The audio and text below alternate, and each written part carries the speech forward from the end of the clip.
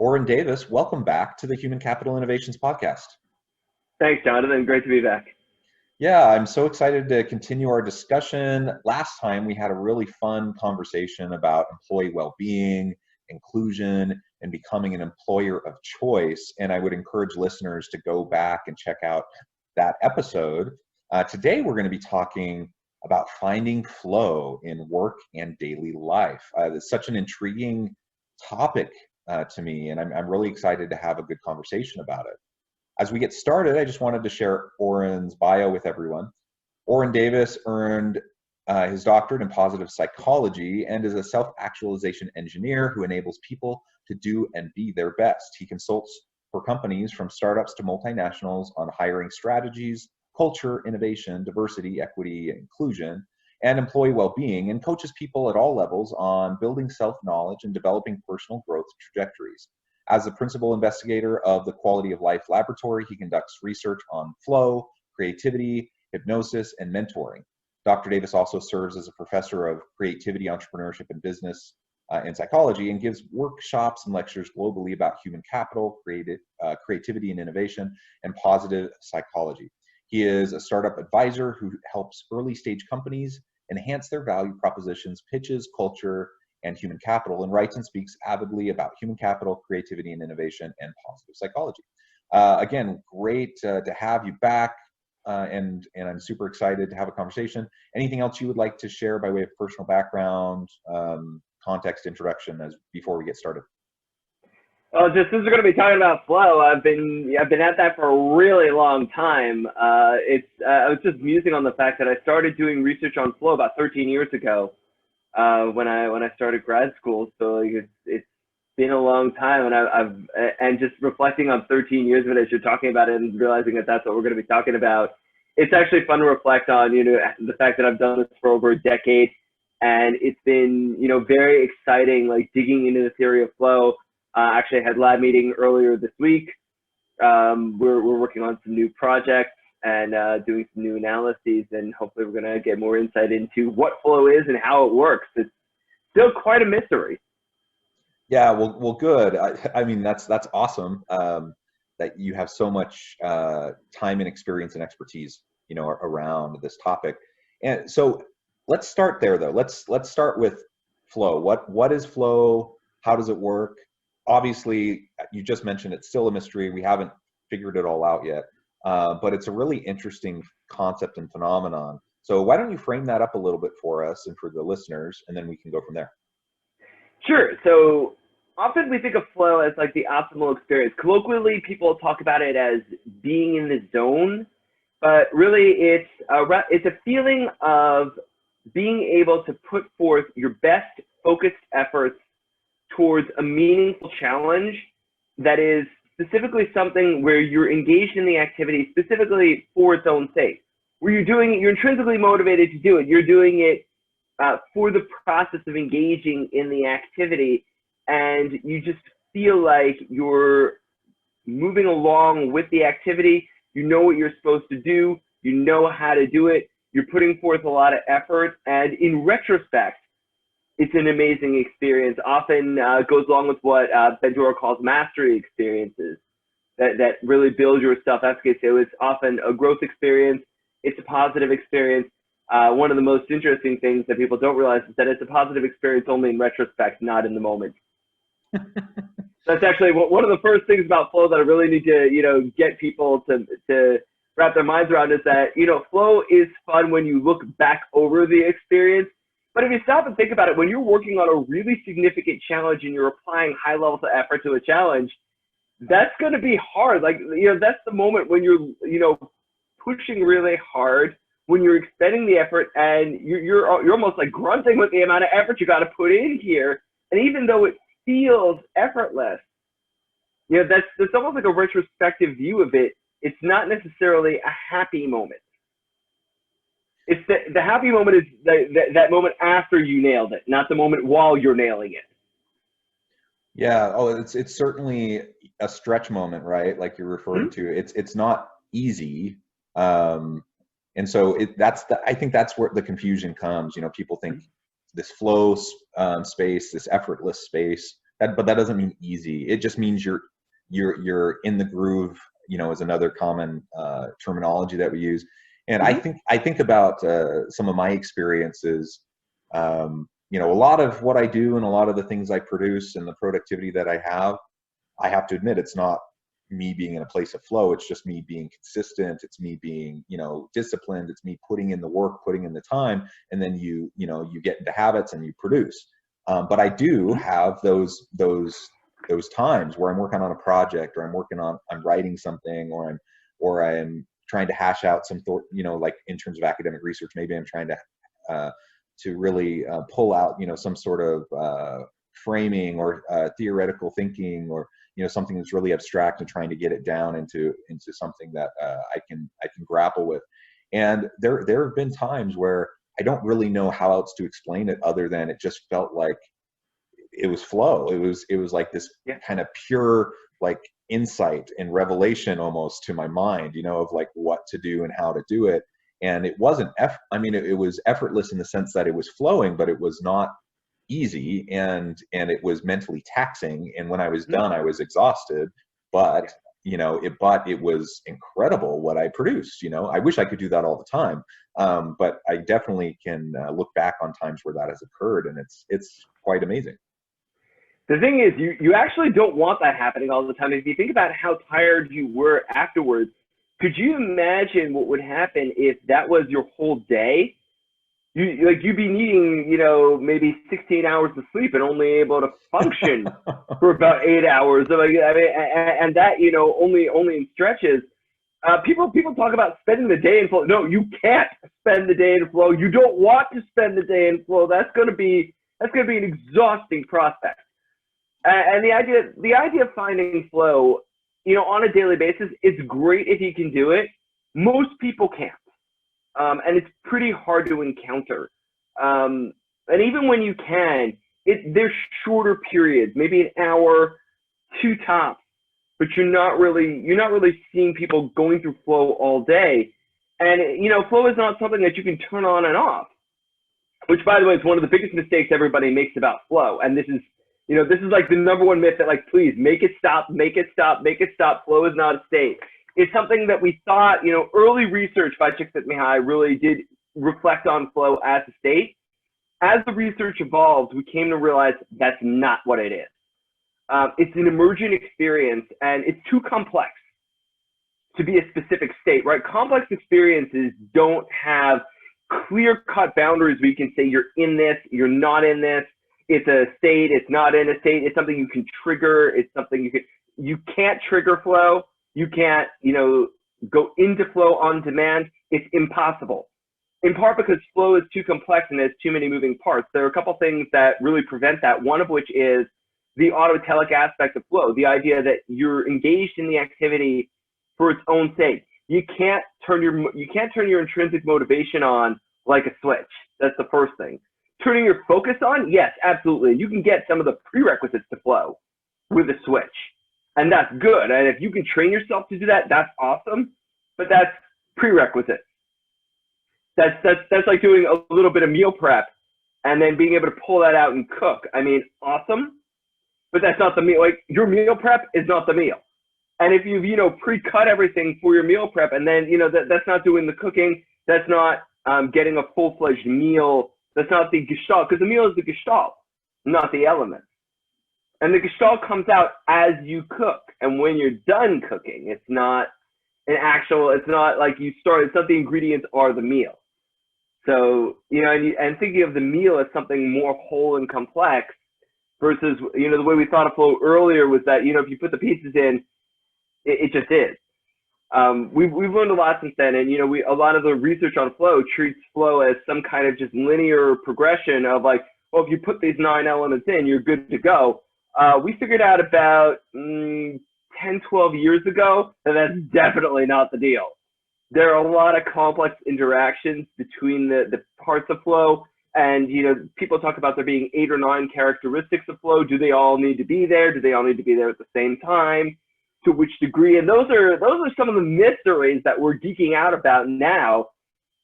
But some early work, about 10, 12 years ago by Lucia Ceja and some of her colleagues demonstrated very clearly that flow is darn complex and it's very hard to pin down. But because of that, it makes flow a little bit more elusive, but simultaneously the elusiveness and the rarity of flow combined with the positivity of the experience makes it a very precious thing. And it is something where we're all looking for it, and we can get, the bits and pieces together just in an attempt to make more of it. So when we talk about finding flow, we're really talking about, for lack of a better term, the meal prep. How do we do that? Yeah, I love that. And it's such an intriguing thing because, on the one hand, you're saying we can't trigger it. We can't kind of push ourselves into the space of flow. And in fact, we wouldn't want to be in the experience of flow continually, because that would just be exhausting. And yeah, I can totally resonate with that, from the experiences that I've had in the past. So the question then becomes, okay, so what if we can't really trigger it? What does that mean for us as individuals? What does it mean for leaders and organizations if they're trying to figure out how to maximize the potential of their people? We're trying to figure out how to be our most productive and effective. What does that mean for us? Like what value does this concept of flow have to organizations, and how can we leverage it? Sure. So we have to differentiate, first of all, between productive necessarily and productive, creative, high performance. I mean, remember that, throughout business, what we want is consistent, strong performance. And that's not necessarily about flow. I mean, nice if you can get it, but very unlikely.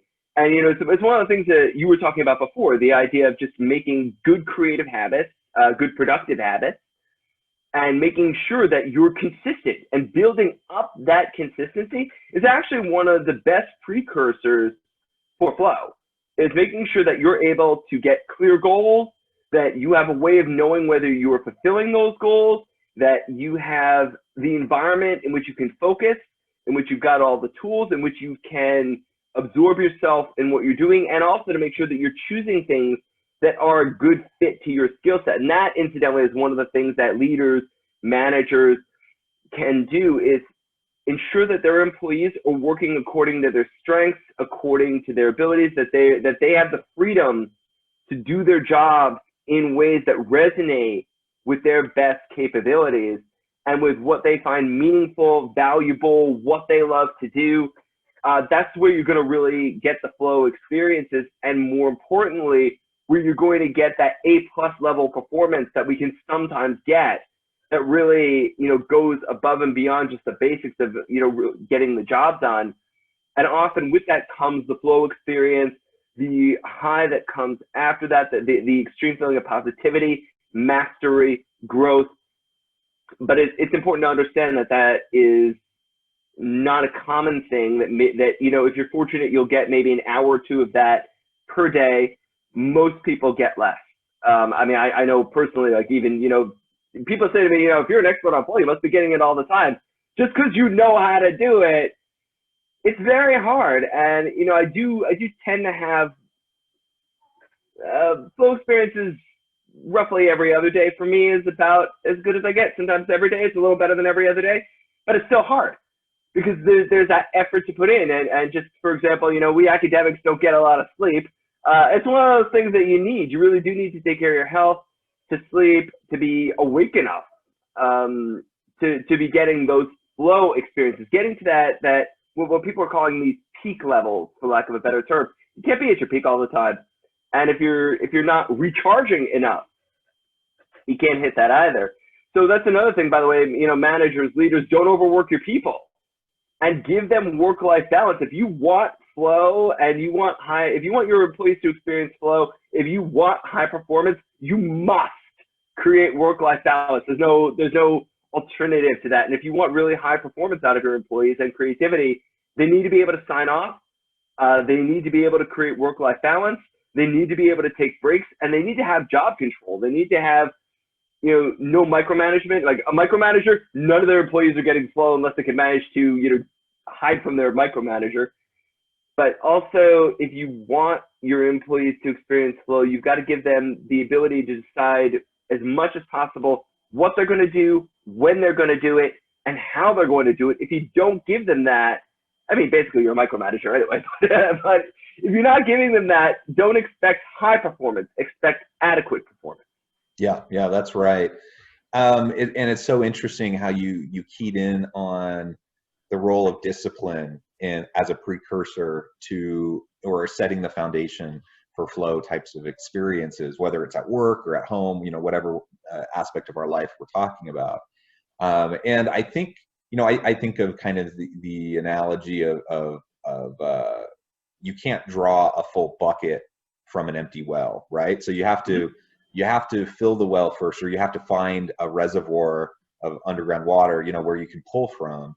And so things like sleep, just mental, physical well-being, again, whether that's in our personal life or whether that's at work, finding ways to focus on our employee well-being and making sure people are practicing self-care, taking the breaks they need, mentally recharging, taking time to practice mindfulness and quieting their mind, so that they have the opportunity to get into a mental headspace to have those types of experiences. I mean, I think that all of that is really important, and there you can find yourself having those moments without the discipline, but I think those are going to be pretty darn rare moments. But when we can discipline ourselves to eat healthily, to get an adequate sleep to the extent it's possible, to manage our stress and anxiety, to practice mindfulness, to do all those types of things, then we're going to be in a much better place to have those flashes of flow or inspiration, or whatever you want to call it, and then we can leverage those experiences. I don't know, what you think or what the research says about this, but I've found times where I'm having that kind of an experience. I can feel it happening as, I can kind of sense that I'm moving into that as it's happening. But then I can also feel that I just don't have the reserves built up to maintain it, So like, it's like what you were talking about. Sometimes you're lucky if you get an hour or 2 hours. I've had times where I feel like I'm slipping in and out because I had a really rough night's sleep, and I'm kind of in the zone. I'm starting to move forward, but I get like 20, 30 minutes, and then I'm kind of like falling out of it because I'm just mentally exhausted. So we just need to give ourselves the best opportunity to be successful. And that really comes back to all of those elements of just good leadership and management that you were just describing, allowing for autonomy, helping people build upon their strengths, helping people connect to their meaning and purpose at work each and every day. All of that is just so important. The research is actually very clear that when we look at a flow experience, let's say an hour-long flow experience, what's actually happening is the flow experience wavers and fluctuates a lot. So what's a little bit weird is we look back over an experience and we see it as a unit, and we don't actually see the bits and pieces. We don't see the ups and the downs. But when we've been able to do research on people, getting their minute-to-minute experiences, we found that at some points the characteristics that generally reflect the flow experience are higher, and sometimes the measures of those elements are lower. And so really we do go into that because sustaining focus for a long period of time can be hard, but it's not just sustaining focus, it's putting high levels of skill, energy, and effort into approaching a challenge, and that's harder to maintain that for a long length of time. But even in a long workout, and I actually enjoy high intensity interval training. When you're doing that, it's not that there's zero rest, it's that there's short rest, but it's not 100% sustained for the entire workout. You are taking breaks, even if the break is 10 seconds. Yeah. That 10-second break, you're not working out, you're not putting in the effort, you are at rest. And actually, when those moments happen in between, you do need to have the rest. Mm-hmm. So take it, take those 10 seconds, you need them, and don't sweat that. And if you need to take a break, take the break. And yes, you know what, you might lose the flow experience for the moment. But if you put the effort back in, it may emerge later. And if it doesn't, if you're a disciplined person and you're actually still putting forth decent effort, even if you don't have a flow experience, you'll still perform well, right? I mean, and this is the thing, like we're talking about the difference between performing adequately, performing well, and performing at the levels that are generally consistent with flow. And like you can still perform well without flow. And by the way, it doesn't mean that all flow experiences are high performance. This is something, again, that people miss this. You can have a flow experience and you're not performing at your best, and you can perform at your best outside of a flow experience. Like the two are correlated, but as the statistician's mantra goes, correlation is not causation. So they can come separately. They often come together, but that doesn't mean that they don't come separately at a significant percentage of the time, even if it's not the majority. Yeah. All this is so interesting, and I hope as people are listening, I hope you might be contemplating upon experiences that you've had. Whether you've ever used the term flow before, you just feel those flashes of inspiration. You feel like you're in the groove. Things are just coming easily, naturally, effortlessly. I think we've all experienced that, and what we want to do is we want to create a context for ourselves personally and for our employees in the workplace and our teams, where we create the context where these types of experiences can happen and where they can emerge. So there are definitely things you've already mentioned, Orin, things that we can do to completely squash any kind of creativity, innovation, or kind of flow experience. The opposite is also true. If we get away from micromanaging, we empower our people, we give people autonomy and flexibility, we respect their full self and provide for work-life balance opportunities. We encourage, not only allow for, but encourage people to take breaks, stretch breaks, walk breaks, mental breaks, go get some exercise, go, whatever. Like, we encourage the wellness, the employee well-being. When we do all of those types of things, we create the context for our people, for our team, to not only perform well, as you said, but then have the opportunity for these kind of flow types of experiences where flashes of greatness can really come. And so we just want to do whatever we can to consistently create those types of contexts, and do whatever we can to eliminate the mechanisms, the policies, practices, procedures, the behaviors that diminish and really will squash any sort of that kind of creativity and innovation. Pretty much, yeah. And respecting the fact that flow is something more emergent is also pretty important, and just accepting that fact that you can do everything right and still not necessarily have a flow experience, because it's often the convergence of a whole bunch of things. And you know what? That's okay. You'll still be giving high performance. And you might even still hit your highest levels even without a flow experience. That can be something else. And, one of the things that's very common in flow that we still find high performers don't necessarily experience is the loss of reflective self-consciousness. It's the idea that you kind of lose the sense that I'm the person acting. Like right now, you and I were recording a podcast. So we have in the back of our minds, I'm sitting with somebody recording a podcast, but when you get to a flow experience, you kind of forget about the fact that you're making a podcast. You forget a lot of those things. You forget that you're the person doing this. You just become part of the experience, part of the action. Yourself, your identity sort of kind of goes into the background, and you become part of the activity. That doesn't always happen for people, and they can't always lose that. And there's no way to really make yourself lose it. And that's okay. Also, there's time distortion. Time can slow down, it can speed up, but not everybody has that experience. And one of the questions we've had about flow is whether really all the characteristics are there, right? The research is distilled roughly 9 characteristics that are consistent throughout flow. We measure flow on the basis of those 9 characteristics. But I go back to, I will never forget this discussion I had with Csikszentmihalyi when I did my doctorate with him, and we were working together on a project, and he said to me that I shouldn't be so dogmatic about the 9 characteristics. and, you know, that I shouldn't be so dogmatic about the theory. And I was just, you know, flabbergasted, like, you know, but Dr. Schick put me high in your theory. He's like, right, so I'm telling you, don't be so dogmatic about it. Yes, exactly.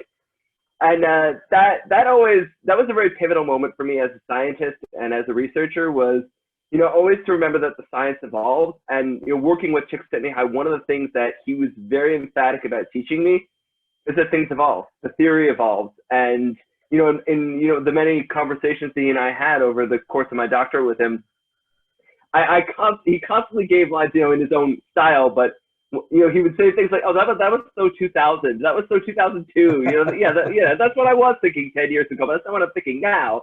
And, you know, no matter how long I knew him, in his mind, the theory was constantly evolving and changing it. So it was like, but that's what he said in 1975. He's like, well, that was 1975. You know, that was a long time ago. And he kept reminding me the theory evolves, the theory grows, and, you know, not to be so dogmatic about what we knew about flow 5, 10, 20 years ago. We're learning a lot as the years go on. And, you know, even in my own research on flow and microflow and team flow, I'm learning that flow is, you know, that what Dr. Csikszentmihalyi discovered was only the tip of the iceberg. And we have a lot to learn about this, and that we need to be open in our understanding of the construct. And even though we've established some things that are important and do give us a very strong foundation for how to look towards the future, we have a long way to go. Yeah, absolutely. Well, I think that's a really healthy perspective to keep really in all aspects of life. I'm not a fan of dogmatism, so I think we need to keep healthy curiosity and skepticism, and certainly within scientific fields, you know, that we're constantly pushing the edge of knowledge, right? And sometimes that means we have to go back and reframe some of the previous understandings, or even reject previous understanding because of new information. So that's a healthy lesson for all of us, regardless of the topic, but particularly as it relates to something like this. As you said, it's so complex, the interactions are so complex. Of course, over time, we're going to refine our thinking, we're going to refine our understanding of how it works, how we interact with it. And for you know, leaders out there listening, I hope we can all take away from this a recollection. We can take away from this an understanding of why we want to create these types of consistent environments where people can be their best selves and be their most productive, their highest performing. That does mean sometimes that we will create opportunities for flow experiences to emerge. Orin, it has been a real pleasure talking with you again. I appreciate you so much coming back to the podcast. Before we close, any final word, and also how can people get in touch with you if they want to reach out? Sure. So I guess the last word I'd offer on this actually has to do with the relationship between skepticism and wonder, because people who know me know that I'm actually religious. And I often get the question, how can you be both, you know, religious and be a scientist? And I always flip the question, how could you be a scientist without being religious? And one of the things is the juxtaposition of skepticism and wonder. You know, the best part about skepticism is that it shows you how little you know. It's a constant reminder of how little you know, which simultaneously feeds the wonder of just the vastness that you encounter in the world. And it's like, yes, I'm a rationalist, I'm a positivist, I'm very skeptical of things. But, you know, at the same time, that reminds me how big the universe is, how little of it I've got a grip on. And, you know, to contemplate that vastness, to me, that is, you know, in a sense, an inspiration for being religious. And, you know, and I say religion at large, and, you know, all the religions help us to contemplate that vastness. And being skeptical means there's a lot we have yet to figure out, and that, you know, as much as we know, there's even more that we don't. And so I encourage people to let their skepticism be fuel for wonder, and not to let skepticism be something that closes it off, or to let dogmatism, you know, it's funny because religions are often thought of as being so dogmatic and science as being dogmatic. And yet, you know, that dogmatism going with the skepticism, like that there's only one way to do it. Well, yes, we should be dogmatic in the sense that we should be firm in what we believe today, but be skeptical enough to be open to change and growth tomorrow. Paraphrasing Emerson, something to the effect of, speak what you think today in hard words, speak what you think of tomorrow in hard words, even though it contradicts what you said today. I forget the exact quote, but it's something to that effect, and I love that concept. So for those who want to get in touch with me, best way to find me is on Twitter and on Medium, both as Dr. Orin Davis, so DrOrinDavis. I run the Quality of Life Laboratory. That's QLLAB.org, QLab.org. Awesome. Thank you so much, Orin. It's been a real pleasure. I hope listeners will reach out to Orin, find out more about what he's doing, get connected with him, and perhaps there's a way that you can collaborate and that he can help you in your organization. I hope everyone continues to stay healthy and safe. I hope everyone can find meaning and purpose at work each and every day, and maybe some flow experiences here or there. And I hope everyone has a great week.